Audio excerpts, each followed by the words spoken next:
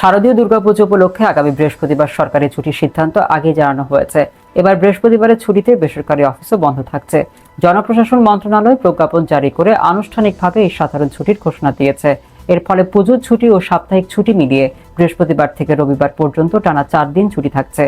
মঙ্গলবার জনপ্রশাসন মন্ত্রণালয় এই প্রজ্ঞাপন জারি করেছে। এর আগে সকালে প্রধান উপদেষ্টার বিশেষ সহকারী মাহফুজুল আলম জানিয়েছেন, মঙ্গলবারের মধ্যে প্রজ্ঞাপন জারি করে বৃহস্পতিবার 10 অক্টোবর ছুটি ঘোষণা করা হবে।